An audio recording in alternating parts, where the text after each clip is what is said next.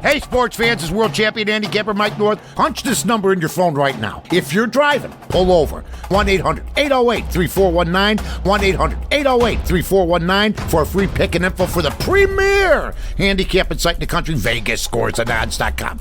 It's the only site you'll ever need with expert handicappers like John Anthony, Denny Macklin, Tony Sacco, Ray Monahan, yours truly, and many more. Check out the homepage of VegasScoresAndOdds.com for a tote board with your buddy. Follow Vegas Scores and Odds on Twitter and dial up 1-800-808-3419. It's 1-800-808-3419, 1-800-808-3419, or go to VegasScoresAndOdds.com. The following program is suitable for all ages. Buffone. A certain magic will always linger with the very name. It speaks of courage and fervor in the world's most brutal game. 55, worn by Doug Buffone, a Chicago Bear through and through. He demanded excellence of himself and anyone wearing navy blue. You tell me what's going on. This is moronic. We're going to get our whipped all the way down the line. I want somebody to get kicked in the and get out there and play. You're getting paid to play this game. I'm playing right. I don't mind you getting beat. I got my whipped many times. But I tell you, I took somebody down with me. You are a professional team. Act like one, for God's sakes. Football fans, this is Buffone 55, the John Buffone Show. Hello, everybody, and welcome to another edition of Buffone 55, a fast-paced approach to Chicago Bears football analysis. I am your host, John Buffone, and I'm coming to you live Tuesday night, October 22nd, over our Mixlr.com channel. Every week, we take a deep dive into the Chicago Bears' upcoming opponent, and here to help us this week with the LA Chargers is John Kegley, co-host of the Locked On Chargers podcast. John's going to join us in just a little bit, but first, I want to welcome my producer and moderator, Alyssa Barbieri. Alyssa, after 3 quarters Sunday, I tweeted out that it was incredible that only 3 quarters had gone by because it felt like the Saints had been in victory formation for 2 hours. This latest loss felt like a slow execution. I felt like I was watching the final scene of Braveheart. The game was over and the crowds were yelling for mercy. I don't care how close the final score turned out to be. I was disgusted. How are you feeling about the Bears? Listening to that opening from your Uncle Doug, I feel like that could have described that Bears team that we saw on Sunday. Would you agree? Oh my God! If he were alive doing the show right now, it would have been can't miss radio. I miss them all the time, but I miss them on days like that because that would have been absolute fire. And that game was just horrible. I feel like I know there's been much worse times to be a Bears fan as we've seen in recent years, but you can't help but feel incredibly just crushed given the expectations for the season. I mean, the talent on this team, particularly on defense, I mean, it just feels like it's being wasted. Sitting through that entire game, I felt like I was willingly subjecting myself to torture. And I stuck it out through the end. But, oh, my God, that was horrible. That's the thing. I mean, it hurts more because the expectations are higher. I mean, whenever you're not expecting anything, it's just, oh, well, okay, yeah, they suck. But whenever you're expecting the team to play well and they don't, that's what stings the most. Absolutely. And John, I'm already looking forward to your Buffone boost at the end because whoever's getting it, they really need it. I would say so. So, John, before we bring in John, our guest from the Chargers, I want to let our listeners know how our show works. So we begin and end the show with 5 questions that you have 55 seconds to respond to. That's John's way of dedicating Buffone 55 to Doug Buffone, his uncle who played 15 seasons for the Chicago Bears and wore number 55. So, John, let's get the first 5 in the books, and then we'll bring in our guest. Let's go. So, John, when you inventory what went wrong with the Bears on Sunday, the list is very long. Is there one thing that disappointed you more than anything else? And I realize that 55 seconds is not nearly enough, but them's the rules. Let's go. Well, last week I said I was really excited for this game because I thought it was going to be the measuring stick for where the rest of the season was going. We'd see what changes were made and how the Bears were going to adjust, and that's what we got? 2 weeks to look worse? 2 weeks of self-scouting for that performance? 2 weeks of prep to run the ball 7 times? 2 weeks of prep to have less than 100 yards of offense at halftime? 2 weeks of prep for your starting quarterback to look gun-shy as soon as the ball was snapped, to miss open receivers, to look completely lost? If that's what we're getting in for the rest of the season, then buckle up, because we're heading into a wood chipper, guys. That was pathetic. I wanted to turn the game off in the third quarter. Like I said, it felt like the game was over 2 hours before the final whistle. The Bears couldn't run, they couldn't pass, they couldn't do anything on the offensive side of the ball. And the problem is, this was supposed to be the revamped product. This was after assessing the team during a bye week. This was the new and improved game plan. They stunk. You look at the team last year, and it's just shocking that there could be such a significant drop-off. And the frustrating thing is that it's not just one thing. There's so many things that went wrong, offense and even defensively. Because we can't let them off the hook. I know, even though they were out there an excruciating amount of time because of the offense, but there's plenty of blame to pass around. This does not feel like we're watching the 2019 Bears. It feels like we're watching the 2014 Bears. It's so bad to see a roster that was basically intact from last year with a few guys not there, but to see it just being night and day is just so frustrating. Oh, absolutely. So one of the hot topics at Bears Barroom and really throughout the media and the entire football world right now is the question of who owns the biggest responsibility for the failing offense. Is it Matt Nagy or Mitch Trubisky? What's your take? 55 seconds.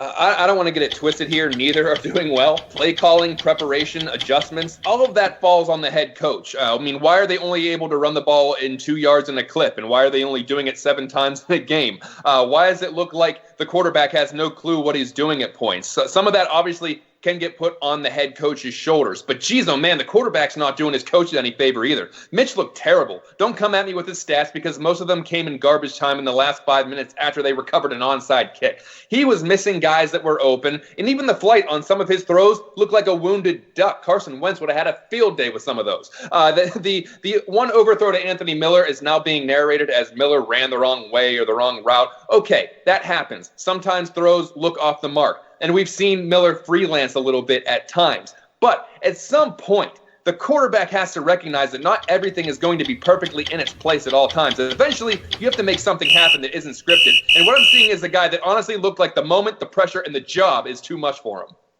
And it's really hard to just, delve out blame, because I feel like obviously both deserve equal amounts of blame. It's just incredibly frustrating. But like you said, Trubisky, this is his 3rd season, and he goes out there looking like he doesn't belong out there. And this is supposed to be that growth and that development, and we're not seeing it. And I know that Matt Nagy is not doing him any favors with that play calling, but, Mitch, if you're the guy, then you got to show us that you're the guy, and I don't think he's the guy. You don't get drafted number 2 just to, fade away in the middle of the game. Absolutely. And sticking on the topic of Mitch Trubisky, one of the things that I've noticed is that some of his most ardent supporters are starting to express doubts about whether that he's really the long-term answer here at quarterback. Where are you on at whether Mitch is likely to be the franchise quarterback Ryan Pace thought he picked in the 2017 draft? Clock starts ticking when you start talking. Look, you can go back on this show or social media or anything. I've always tried to be cautiously optimistic about Mitch Trubisky. I like that he was there as the rookie because he represented hope when Mike Glennon was bursting into flames. I like that he was there last year because it appeared that he was a young quarterback going through some growing pains, but showed promise in a new offense. And what have I said from the beginning of this season? Now is the time we can hold him to a higher standard. This is the year you can be critical if it's not clicking. And guess what? It ain't clicking at all. I know the Bears aren't setting him up in a great situation. I know he isn't getting much blocking help. I know the run game sucks, or they're not even trying to run the ball. But it's okay to say the quarterback isn't playing well. It's okay to believe your eyes sometimes. And you know what my eyes are telling me? This ain't the guy. The tools are there. Yeah, there are some flashes. But eventually, a franchise quarterback, and I use that term in the sense that it's a guy that you can rely on to win you ball games. Eventually, the franchise quarterback needs to bail out a team, overcome a bad line, a bad run attack, a bad defense. It looks like they're going to have to start winning in spite of him, and that's not a long-term plan.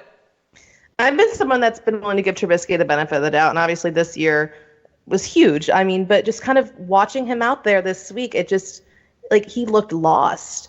And, you feel bad for the guy because he's a hard worker. He seems like a good kid. He wants to do well, but it just doesn't seem like, he's got it all there to do that. He looks so jittery back there at times where he's not even going through the progressions. He starts shaking. The footwork was terrible. He's not going through any kind of progressions. He looks like the pressure's getting to him. I mean, I think it's just as much mental as anything. He's letting the pressure get to him. I mean, he's seeing ghosts out there like Sam Darnold was last night. So something that's not helping Trubisky is the run game. So the Bears ran the ball a franchise low 7 times Sunday. And this was on Walter Payton bobblehead day, by the way. So Monday, Matt Nagy said that, I know we have to run the ball more. I'm not an idiot. They ranked 28th in rushing attempts with an average of 20 per game. Last season, they averaged 28. Nagy might not be an idiot, but it sure seems like he is reluctant to commit to the run game. So I hate to get Freud on you, John, but what does the Buffone superego say about Nagy's inability to commit to the run game? 55 seconds, go. You know, I listened to Nagy's post-game presser, and he said that he would throw the ball as many times or run the ball as many times as it took if it was working. And that's fine, but I also heard him say about how they were picking up first downs in the air, and I guess he's talking about the few first downs they actually got. Yeah, they were through passing because they weren't doing anything else. But it seems like this team is okay with just ditching the running game as soon as it doesn't look like it's going to be effective a few drives into the game. That's kind of coming from that Andy Reid mentality. He's also been criticized for doing that. So yeah, get rid of the rushing attack. Let's have Mr. Trubisky throw the ball 54 times. That seems like a recipe for success. I mean, if this offense is going to be effective, they need to find a way to run the ball. And maybe that just doesn't happen this year. I don't know. But if your best run plays are coming off end arounds, there's a problem. How many games can you rattle off that involve the team running the ball 7 times and they win? I can't think of any. You can't really blame the backs because Tariq Cohen led the team in carries with 3. David Montgomery, the guy you're so high on and you moved up in the draft to get, got 2. It's an absolute mess, and I don't know if it's salvageable at this point. I don't know why anybody would be confident that it's salvageable at this point. And you think, going back to the season opener, sorry, I got TV on my mind, the season opener against the Packers where they threw 50-plus times, this is the same game. They learn absolutely nothing. You're not going to win if you can't run the football, especially with a struggling quarterback back there who is not only coming off a shoulder injury, but who's also just, he's seeing ghosts out there every time he's back there. You need to run the ball. You can't, it seems like after that first time they handed off to Cohen, it was then 2nd and 10. It feels like that was like the defining moment where Nagy's like, okay, no, the run's not going to work. And you can't do that you can't abandon the run after one play. Well, I know that they don't want to be set up in 2nd and long and 3rd and long situations, but how many times are they throwing incompletions on first downs too? Absolutely. So they're not really setting themselves up very well after that either. So something needs to change and maybe have a little more confidence to run the ball, at least eat up some clock or something. Keep the defense off the field. And I'm trying to remain optimistic. Let's hope that something changes next week, Don. If I keep thinking it and saying it, do you think it'll eventually happen? No, I'd love to believe that, but I can't. So, John, on Monday, I wrote this opening line for BearsWire.com. As the Chicago Bears offense can't seem to find its identity, the defense feels like they're losing theirs. 2 straight un-Bear-like performances force us to ask this question. What has happened to the Bears defense? Take it away, John, because the Bears defense certainly isn't. Look, I know they haven't been getting as much pressure on the quarterback. I know they gave up some big drives to Oakland and New Orleans. I know there's an APB out for Leonard Floyd. I don't know where the hell he went. And the box scores, they don't look very good. Apparently, losing Akeem Hicks was much bigger than I anticipated. But I mean, there are people ripping the defense today saying that being gassed really isn't a thing, as if being marched out there every couple of minutes, taking violent hits one after another, goes away with 15 minutes of halftime. They aren't machines that get refueled. You don't generate mana like you're playing some sort of video game. In something like 6 possessions, the Bears offense had 5 3-and-outs and then fumbled on the first play in the other. You think just taking a beat down and a beat down and a beat down, that just goes away with a cup of Gatorade and a few deep breaths? I tweeted during the game that the Bears defense should ask for a trade as an entire unit. They were only down 2 at halftime, despite the fact they were using a JV offense on their team. So there's things to work on this defensive side of the ball. That goes without saying, but it's still the best thing about this team. That being said, I'd like to welcome on our guest tonight, John Kegley, co-host of the Locked On Chargers podcast. Hey, John, welcome to the show. How you doing, man? I'm doing good. Thanks for having me on. Absolutely. We're here to break down the Chargers, the next opponent in the Bears' sights. The Chargers, they lost a tough one against the Titans Sunday, and I'm trying. That's probably an understatement. The record drops down to 2-5. Bizarre conclusion to the game with the team down by 3 points 39 seconds ago. Things got really weird. Can you kind of take us through that whole scenario and what was going on in your mind? Rivers around the 16-yard line, completed a 15-yard pass to Eckler that looked like a touchdown. Referees reviewed it. They said he was an inch short. So the Chargers line up, and I'm thinking, you know what? Quarterback sneak. We got this. It's okay. They can overturn it and say we're inch short. What does quarterback sneak it? What do? The Chargers line up in shotgun. And right here, I'm already losing my mind. And then we get a false start. So now it's first and goal at the 6 instead of first and goal at the inch-yard line. And we do a passing play. We get bailed out by a pass interference. Now we're back down to the 1 yard line. What do? We go shotgun again. We run it to Melvin Gordon. Looks like he gets in. They review it. Once again, they rule he is short again. And it looked like he fumbled the ball, but his knee was down, so fumble doesn't count, or else he would have had a touchdown because the fumble happened right at the goal line. Next play, shotgun again. Melvin Gordon gets the handoff, and he fumbles as he's trying to go into the end zone, and the Titans recover it. As we reviewed it, they said obvious recovery by the Titans, and the Chargers lose 23-20. Oh, man, that is heartbreaking. I mean, but, you know, that has kind of been not just this year, but in years past. I mean, Chargers fans have kind of been subjected to some of these heartbreaking losses in the regular season, haven't they? Oh, a lot of them. I can count on every single toe and hand, just like the first 5 years I was a Charger fan, how many times it happened. I mean, the last time we played the Bears, it happened. We were up 19-7, and here come the Bears all the way back with that long touchdown to Zach Miller, and we lose the Monday night game in 2015. I mean, the list goes on. 24-0 lead over Peyton Manning at halftime. We lose 35-24. The Holy Roller back in the 70s.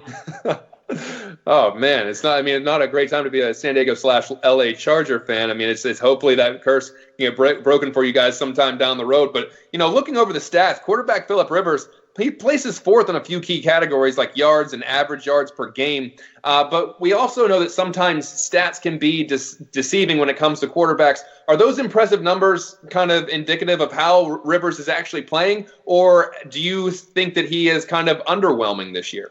If you were to look at just the stats alone, I would say he's underachieving, but our offensive line is horrible, so those stats are actually pretty good. He does have some interceptions. Some of them were bad throws, but some of them were our receivers just not catching the ball and it going off of their hands, or someone not being in the right spot, or Rivers just trying to play hero ball at the last second of the game and trying to force a ball into triple coverage when he could have just checked down and hoped for a 60-yard field goal to be made. But for the most part, our offensive line is horrible. We just lost another offensive lineman this week to a broken ankle, and we're down to 2 starters basically, and the rest of it is duct tape. So Rivers is doing pretty good, I would say, with having pressure in his face constantly. He's one of the best quarterbacks in the league with pressure in his face. A quarterback's best friend sometimes is the run game, but the run game for the Chargers hasn't always been clicking or been firing on all cylinders. Running back Melvin Gordon, he's been back for 3 games after his holdout. Has he helped this rushing attack at all, or is he still showing some rust? He is not helping at all. When we just had Austin Eckler and Justin Jackson, we were playing way better. I think Austin Eckler was tied for the league lead with total touchdowns at one point this year. He was running all over the field and catching passes all over the field, and then Justin Jackson would come in as Austin Eckler's breather and break off a 20-yard run or a 10-yard run on one carry. Then Justin Jackson got hurt, and Melvin Gordon's here to play. And Melvin Gordon has yet to break a run bigger than 7 yards. And this past week, he had 16 carries and did nothing with it. The game before, he had 8 carries and did nothing with it, and yet he held out for the beginning of the year to get a bigger contract that he thinks he's worth. He thinks he's worth Le'Veon Bell and Ezekiel Elliott type money, but he couldn't even come back and help this team win running the ball. And then he fumbles at the goal line. So there's just so many questions I have with Melvin Gordon. I think we were better off without him. I think Austin Eckler and Justin Jackson were way better together. Do you think this is his last season in LA? It's tough to say. I mean, if it was me, I would say yes, but I could see the coaching staff putting the franchise tag on him and making him come to training camp next year and saying that training camp was the difference. Our coaches are pretty stubborn in their own ways. They thought that Trent Scott and Sam Tevi were really good left tackle and right tackle for our offensive line. You can hear press conferences of Coach Lynn saying, we have faith in them. We think they're pretty good. And then here comes the game, and they're getting absolutely destroyed, and Rivers is under pressure the whole game. It's like, what did you see during practice exactly, Coach Lynn? What we're seeing and what you're seeing is completely different. I don't know what kind of glasses you wear, but it's not good. So I want to say that it should be his last year, but with how stubborn the coaches are and what they believe, I think you could see him here on a franchise tag. You were talking about that offensive line. You talked about Forrest Lamp breaking his right fibula. He's done for the season. Lamp was playing for Mike Pouncey, who was lost for the season because of a neck injury.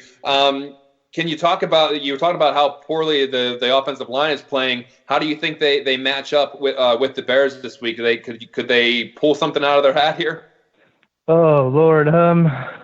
Please don't make me think about this. That Bears defense knows how to swarm Khalil Mack in the game, man. I love watching that defense. It's so much fun. But we have Scott Quisenberry, who's going to be the starting center this week, who actually played pretty well against the Titans defense, and their defense is probably top 8 in the league. So it gives me a little bit of faith, but we still got guys like Dan Feeney, who gets pushed around easily, Trent Scott, who can't block anything, Sam Tevy, who gets bullied. The only guy on the line who's actually put up, an average performance, I would say, is Michael Schofield, and that's our right guard. So it's pretty bad. But like I said, Rivers is really good under pressure. So as long as they can do enough to let Rivers get 3 or 4 seconds to just find somebody, I think we have a chance. But as far as holding back the Bears defense, I just don't see it happening. We're talking to John Kegley, co-host of the Locked On Chargers podcast here at Buffone 55. John, take us through some of the Chargers' key players in the passing game, because they do have a nice little medley of guys who could finish this season with 1,000 yards receiving, whether it be the wide receiver position or anywhere else. Can you talk about some of the key guys there? Well, I'd say Keenan Allen's the only guy on pace to get 1,000 yards right now. He's amazing. He can catch anything and everything. He likes to call it toe drag swag, where he'll catch a ball that's heading out of bounds and just slightly drag the toes better than anybody else. And his get off the line is just amazing. Mike Williams should be a 1,000-yard receiver, but he's dropped some of the balls that have been thrown at him. He hasn't been as good after the catch. Last year he caught 10 touchdowns. This year it just hasn't been the same. I would say, is the guy that's been underwhelming this year. He needs to pick it up. He needs to put those stats back up. Hunter Henry should be a guy who can maybe get 1,000 yards. That's just a big maybe, but he's capable of it. But he's been hurt a lot. He missed all last year, and then this year he comes back. And the first game back, he breaks his kneecap and has to miss more games. And now he's finally back for the past 2 games. And the difference is shown in the red zone and everything, because without him in the red zone, we were throwing interceptions or fumbling at the goal line. When he's in, we were scoring touchdowns. Even against the Titans, we were completing passes and converting our third downs. He's a big difference maker. And then we have guys like Travis Benjamin that went to IR. He didn't make much of a difference, but he was that deep threat. But with him gone, we're all celebrating here as Charger fans, because he dropped a lot of balls as well. Even though he's a deep threat and got open, he would just drop everything.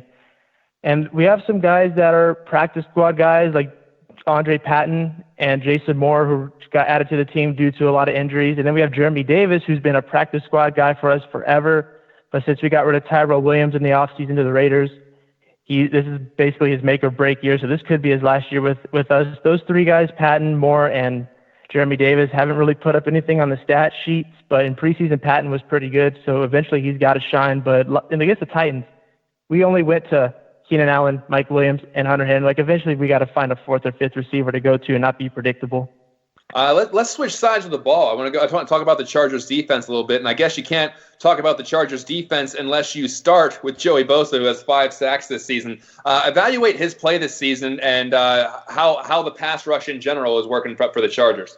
Well, Joey Bosa has been pretty amazing. He's probably the only guy on defense that's been consistent and has actually been showing how hard he wants it and how hard he works, and that he actually cares about winning. The rest of these guys have not been consistent. Justin Jones and Brandon Mebane missed the last game, but Mebane doesn't really show much of a pass rush at all. The fact that we re-signed him still upsets me, and it upsets our co-hosts, Daniel and David. But the reason the Chargers wanted him back was because he has this leadership role in the locker room, so that's why he's back. And then Justin Jones, I did not like drafting him. We drafted him in the 3rd round when we could have gotten him in the later rounds.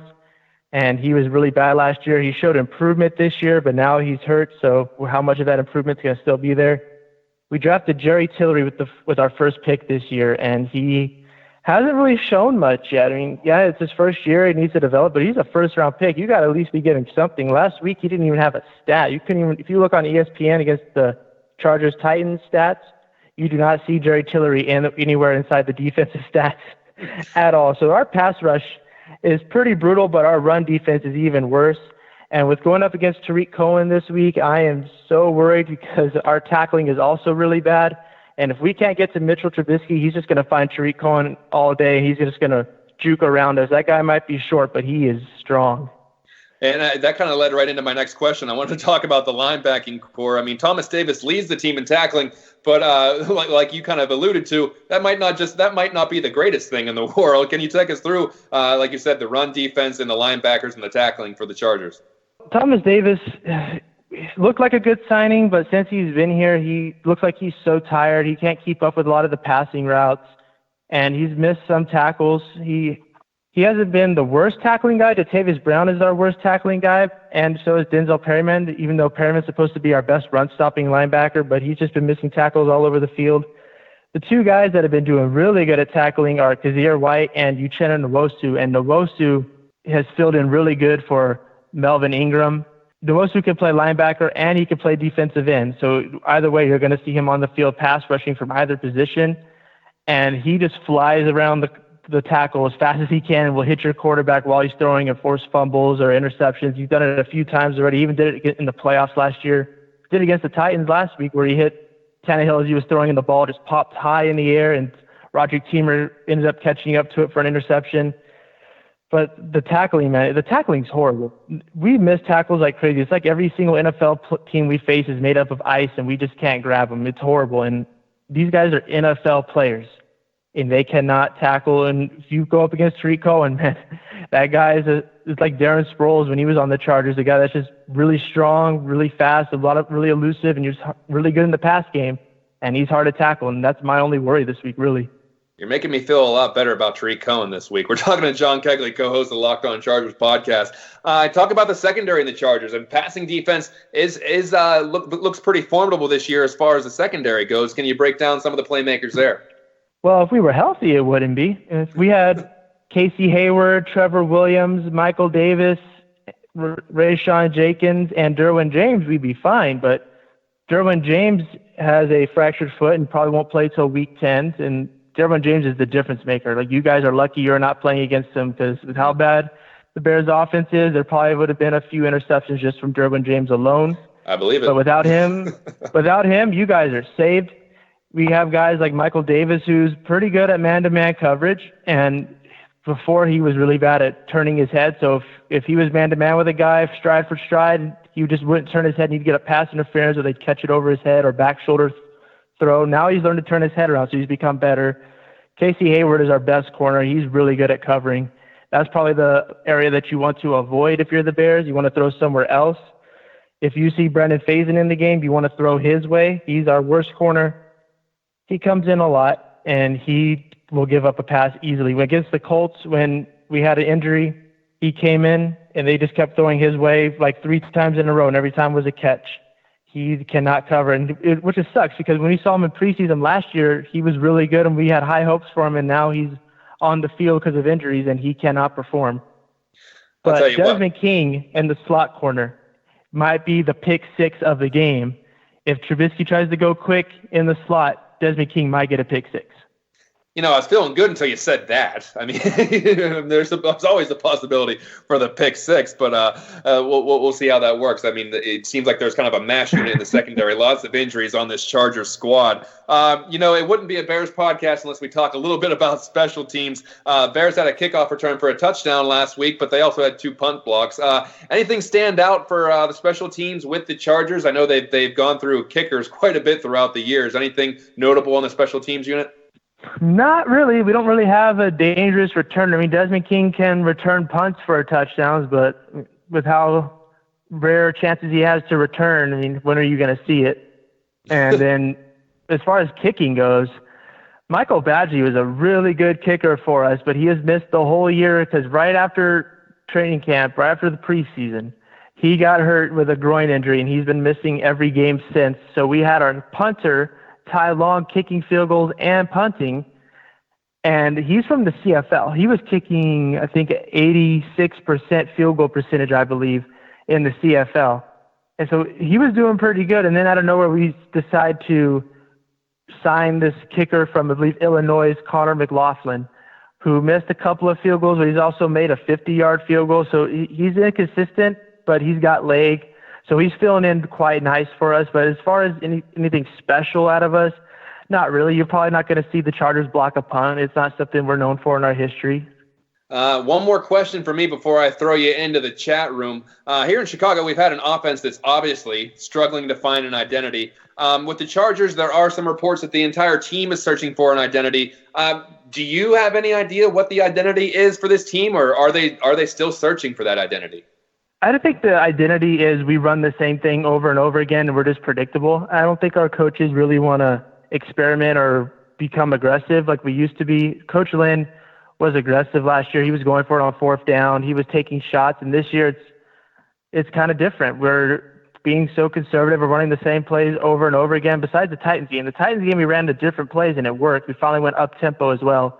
But if I had to give an identity to this whole team, it would have to be injuries, consistent play calling that doesn't work, and choking. We either start off fast and choke the game away, or we start off slow, come really close to making a comeback, and then choke the game away. Oh, man, that has got to be just heartbreaking. Alyssa, I know you've been interacting with our Mixer.com chat room. Any questions for John from our friends in there? Yes, I have 4 questions. Hello, John. How you doing? I'm doing good. How are you? I'm doing great. So I got some questions for you. I want to start off. You were talking about the disappointing return of Melvin Gordon this season. So with the trade deadline looming, could you see the Chargers possibly dealing him if the right offer comes knocking?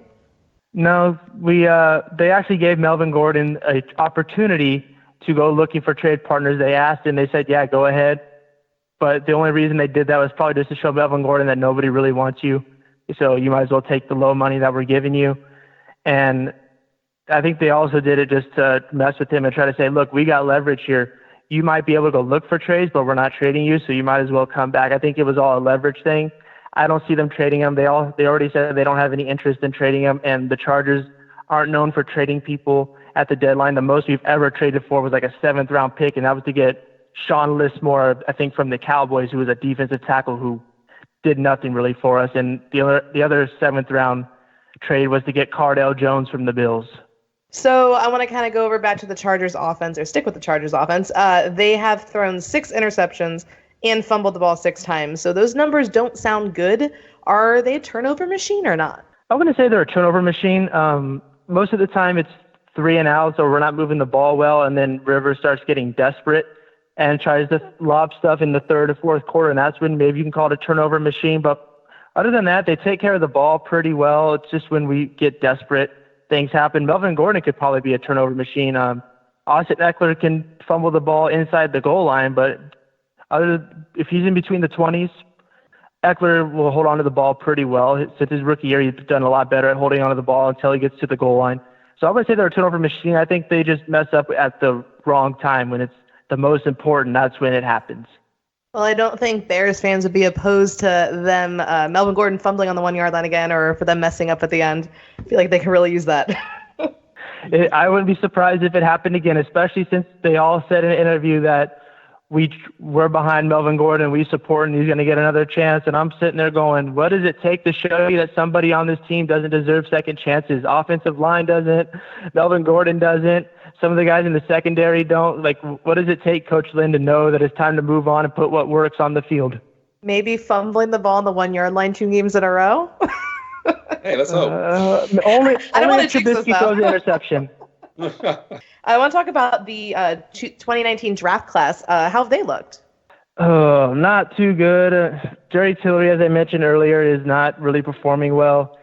He's supposed to be the major difference on our defensive line. He's supposed to be able to stop the run, stop the pass, but he hasn't performed really well. But we have guys like Drew Tranquil, who's shown a lot of improvement, shown a lot of big plays, really. He's stopped the pass, stopped the run. He flies all over the field. You could just tell that this guy could turn into something, but there's also been times when he has gotten lost in coverage, if you will. He'll look around in the zone, and he'll see a guy, and he'll chase after him, and he'll leave his assignment, and that guy will catch a 3rd down completion. But other than that, he makes the plays. He's all over the field. But the guy I'm really worried about is Cortez Broughton. He was in the 7th round, And me and Daniel Wade both looked at him and said, this guy could be a steal if we got him in the late rounds, and we got him. But he has yet to really do something. He's been disappointing. In the preseason, he was disappointing, and he got a chance to prove himself this week, and he was pretty disappointing. Easton Stick, we could draft it as a backup QB, if you will, but he's not going to see the field for a while because we got Tyrod Taylor on a 2-year deal. So I wouldn't worry about him. And then Emeka Ebule is probably just going to be a special teams guy. If you look at his tape on Houston, he was a linebacker that could also cover receivers in the slot. So there's room for him on here because our defense loves those athletic type linebackers. But he doesn't really get a chance to play yet, so he's just a special teams guy. So I would say this draft class has been pretty disappointing, really. And I got one last question before I let you go. The Chargers seem to be meeting this Bears team at the right time. It feels like they're spiraling a little bit. What's your confidence that maybe the Chargers can turn things around in Chicago?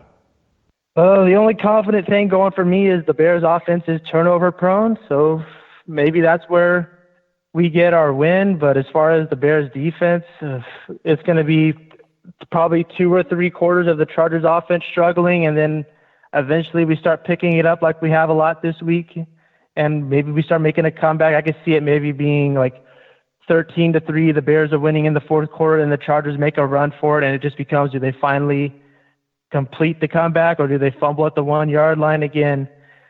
I don't really know if we can really make the comeback. I'm really nervous about this game. I'm going to be at the game, flying from San Diego to go see it, so I'm really hoping they do win, but I am really nervous. I don't know if we can make that comeback. Hey, John, I got one more question before we cut you loose. We're about a year and a half into this Chargers to LA. I don't want to say experiment because they're basically there, but you're based in San Diego.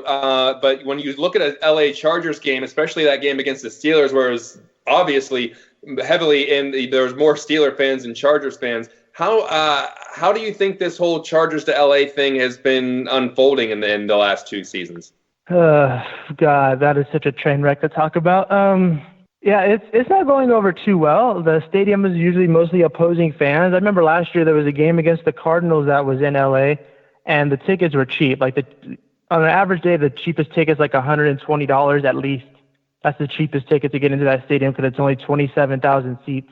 But the Cardinal game was $38 cheapest. Anybody could have got into that game.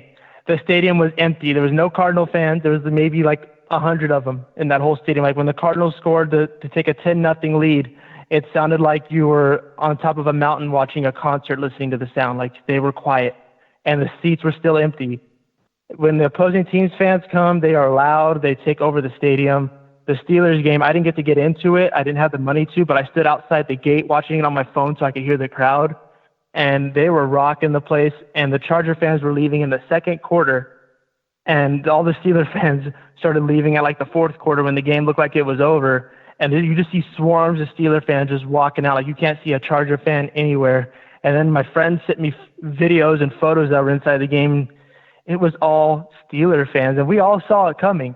I would say this experiment's not working really well, but the NFL could care less, really. It might surprise people, but as long as those tickets are being bought by scalpers or opposing teams or whoever, they're fine with it. As long as TV contracts are being bought in LA, which are worth more than they are in San Diego, the NFL could care less. So I don't like it. It's a giant train wreck. It's embarrassing to the team. It's embarrassing to the players, but the NFL doesn't care. Man, that's too bad. And it's unfortunate they couldn't find a way to stay in San Diego, even if it wasn't at the old Colcom Stadium. John, I want to thank you so much for your time. Before we cut you loose, please tell our audience where they can find your work, listen to your stuff, and talk to you on social media. All right. Well, thanks for having me. This was really fun. I'm honored to be on a Chicago Bears radio station. I love Chicago Bears team history. It's one of my favorite things. So to be on a radio station for them is pretty cool. Nice. We have 2 podcasts, believe it or not. One's a live show that happens once a week, about an hour show. It's called Chargers Domination Live. Look it up on Facebook, Chargers Domination Live, or on Twitter at Chargers Dompod. And then we have our weekly bite-sized podcast called Locked On Chargers. You can find that on Facebook at Locked On Chargers or on Twitter at Locked On LAC. And then if you want to find me, you can go on Twitter and look up John Kegley. And if the Twitter tag looks like it says @biggest Charger fan, it's mine. I spelled it a little bit weird because I had to take out some characters to make it fit. But if you type in John Kegley and it looks like it says @biggest Charger fan, it's me. Awesome. John, thanks again for breaking down the Chargers. Feel like we know a lot more about them now. Enjoy the game, enjoy Chicago, and we'll talk to you down the line. Yes, sir. Thank you. We'll return right after this quick message. Hello, everyone. My name is Alec Lifshos, a.k.a. Trey Busy, and I'm here to have a conversation with you guys about mental health. A lot of times in our communities, we don't talk about mental health enough, and it goes under the radar as a reoccurring issue. So I took the liberty to create the Let's Talk It Out podcast. This podcast was created to break the silence on mental health issues and to give a voice to those suffering. I have conversations with professionals in the mental health field as well as those who are suffering, and we break down different ways to stump stigmas and ways to cope with mental health conditions. The show is broadcasted live every Thursday at 8 p.m. Central Standard Time on Mixlr.com/LTIO podcast. That's MIXLR.com/LTIO podcast.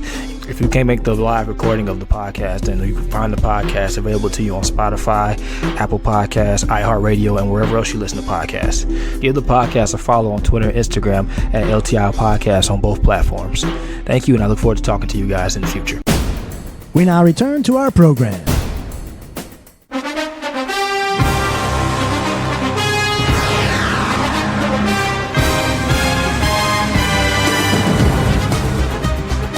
John, that music signifies one thing. It's time for the second half of our B55 questions. So, I don't know about you, but I'm feeling cautiously optimistic, but I don't want to, feel too comfortable considering the product that we saw last week. But, what are your thoughts on the Chargers game? I mean, I'm tired of getting the kiss of death from these guys. Every time someone says that the Bears are going to, take them to the cleaners, they end up losing. So I don't like it. I don't like it when someone says the Bears are going to win. Oh, I just mentioned that before the show too. Yeah, tell us they're gonna kick the Bears' ass. That's what we need to hear. That's what has to happen. Well, we might hear that in the coming weeks with the schedule they got coming up. I'm sure we will. Okay, John. So let's get right into our next set of questions.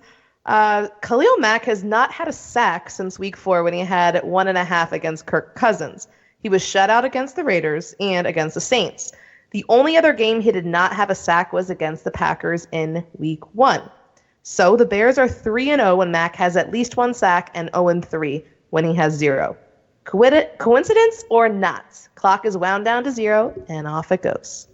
Well, we talked a lot about the lack of quarterback pressure, but we're seeing Mack get double-teamed on a very consistent basis. Opponents are keying in on stopping him, and usually that means that there are opportunities for other playmakers then. We talked about Hicks not being there, but this should be where Leonard Floyd thrives. I was hoodwinked. I was led astray. I thought Leonard Floyd was just going to smoke offensive linemen this year. I was wrong. What the hell happened? Also, Quan Smith, another player that should be getting it right now, not kind of under the radar a little bit. But you bring in Khalil Mack to be a game changer, and we've seen him wreck games even when he's double teamed. So, with some of the injuries on defense and the gross ineptitude of the offense, there's more pressure on Khalil Mack to throw people out of the way and sack the quarterback. So, yeah, as Mack succeeds, most likely the team will succeed. I don't think we need to draw out any physics equations on the blackboard to get that across. I think other players feed off of Mack. I think when they see him blowing up plays, they want to get in on the action too. I know that's a lot of pressure to put on one guy, but that's why you trade for him. Absolutely, and I still feel like even to this point,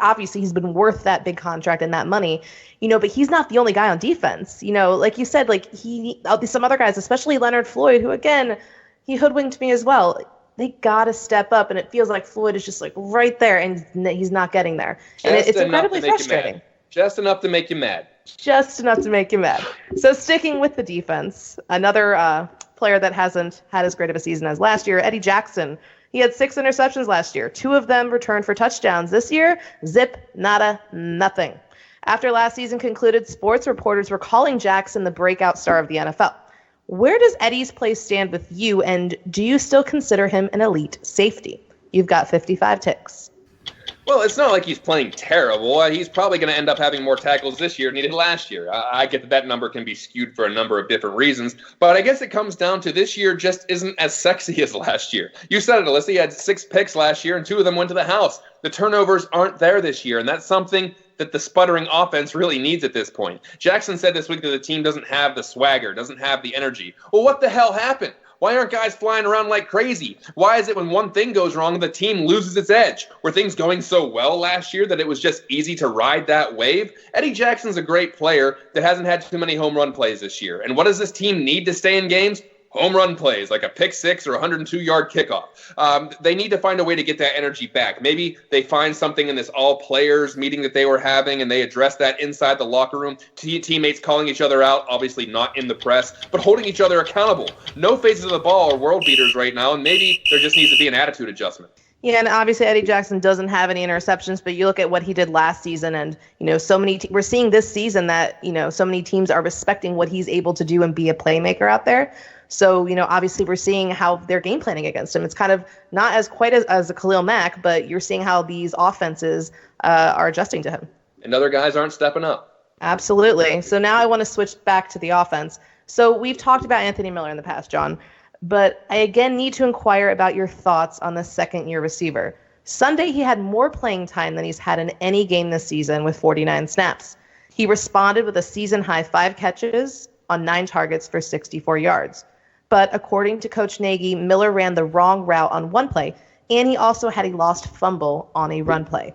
John, I spent a week in Bourbonnais, and I saw Javon Wims play at a very high level. Do you think that Wims, who got just 1 pass target on Sunday, which he caught for a touchdown, deserves to see more playing time over Miller? Inquiring minds want to know. The clock is ticking. I don't think anyone would be opposed to trying something different on the offensive side of the ball anywhere. Wims is a straight-up baller. I'd love to see him get more time. It's difficult because you have invested a lot in Anthony Miller, both in time and in draft capital. And you see a guy with freak ability, and he's just might not be polishing up as quickly as some might have hoped.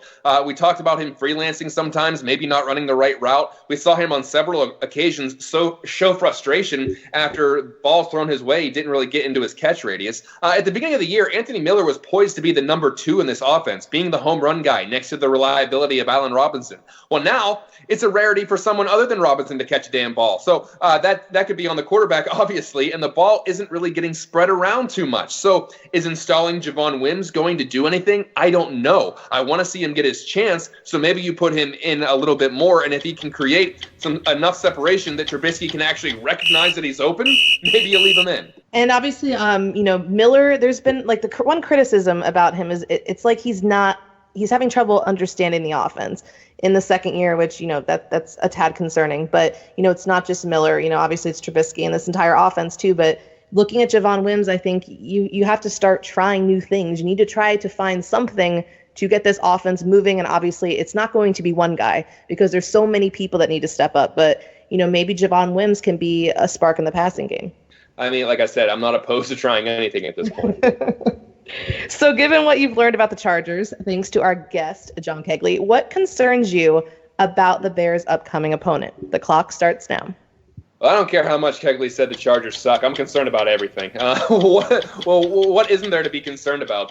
They do have an all right offense or defense if you look at the statistics. They're 5th in pass defense. I know they're banged up, but they're only allowing about 216 yards per game. So if the passing game is going to get back on track, maybe this isn't the best game to do it. It is promising that the Chargers are giving up 117 yards on the ground per game. That's 21st in the league. Could we finally see a formidable running game? I'm praying. On the other side of the ball, Phillip Rivers in the passing attack are 3rd in the league, averaging about 293 yards through the air. They do have some guys that can gash you, whether it's Eckler catching the ball, Melvin Gordon could get back on track. Keenan Allen is incredible. Then throw in Hunter Henry and Mike Williams, and even though as John said, Michael Williams doesn't have a touchdown this year, he's been kind of a reliable target, at least in the short term. In the last 3 games, he's averaged 5 catches. So forget that the Chargers are 2-5. They're a solid squad. Outside of one game with the Dolphins, every one of their games has been decided by a touchdown or less. This is no gimme. I'm with you, too. Everything about this matchup concerns me, especially looking at last week's game where this was a Bears team that played a Saints team that was missing a Hall of Fame quarterback in Drew Brees and Alvin Kamara. And look what happened. They had their worst loss in the Matt Nagy era. So, I mean, this team, they're supposed to have a players-only meeting sometime this week where these players need to clear the air, hash it out, whatever, get it fixed. Hopefully we'll see that on Sunday or some form of just progression. Yeah, at this point, the Bears shouldn't feel like they can throttle anybody, or Bears fans shouldn't feel like they can just run over anybody. So, yeah, every game's concerning. Absolutely. So I got a couple of questions from the chat room for you, John, before we get into our last question. Sure. So Stacy wants to know, should the Bears move on from Trubisky if there's not significant improvement over these last 10 games? And if you think so, like, who are some of the guys out there that you could see the Bears going after? I imagine they'll let him finish the season out, and then there's some serious assessment that needs to go on. I would say that if it doesn't get better, then yeah, you start looking. I put up a poll on Twitter today just to see what Bears fans thought about it, and I had 4 guys on there. I had who would you want under center in 2020? I said Trubisky, Phillip Rivers, Marcus Mariota, or Teddy Bridgewater. Teddy Bridgewater got the majority of the votes. I mean, that might just be some recency bias because we saw what Bridgewater did to the Bears. And then after that was Phillip Rivers, and then after that was Trubisky, and then poor Mariota only got about 5% of the vote. But I think Bears fans are ready to move on. There have been some, Trubisky truthers that are, turning in their cards for lack of a better term. I'm a guy that's starting to lean the other way. I think that if this doesn't get any better, the Bears window is closing. The defense is going to be elite for, another 2 years maybe? You can't just hope that something all of a sudden clicks for Trubisky. And if it's not there after year 3, you got to start looking for other options because the window's not always going to be open. You can't say, well, we'll give him 2 more years, and if it doesn't work, but the defense will still be good. That's not how it works. So you got to strike while the iron's hot. I can see them going a different direction next year. And John, I cannot not ask you about this. Adam Schefter is reporting that Tom Brady might want out of New England after this season because he wants to prove that he can win without Belichick. If he is available, should Pace sacrifice the future and sign Brady to a mammoth contract right now so this team could go win a Super Bowl? Well, he doesn't really have a mammoth contract with New England right now. He's been taking a pay cut because his wife makes about $40 billion a year, so he doesn't really need the money. If Tom Brady wants to come to Chicago, sure. If it's going to be a kind of a team-friendly contract, he's going to be, 42 by that time, 43? I know he wants to play till he's 45. So, yeah, I guess if Tom Brady says, I want to play for the Chicago Bears, do you think Ryan Pace is going to be like, oh, no, we can't use you? I think that's fine, but I don't imagine that Tom Brady is going to come to Chicago. And especially behind this offensive line right now. Yeah, I don't see that happening. So our last question is always our Buffone boost. So we give you someone to give a pep talk to, and you always deliver a stirring speech. So last week we chose Charles Leno, and I don't know about you, but I think he played fairly well against a tough Saints defensive front. You're welcome. This week, John, it has to be the entire team.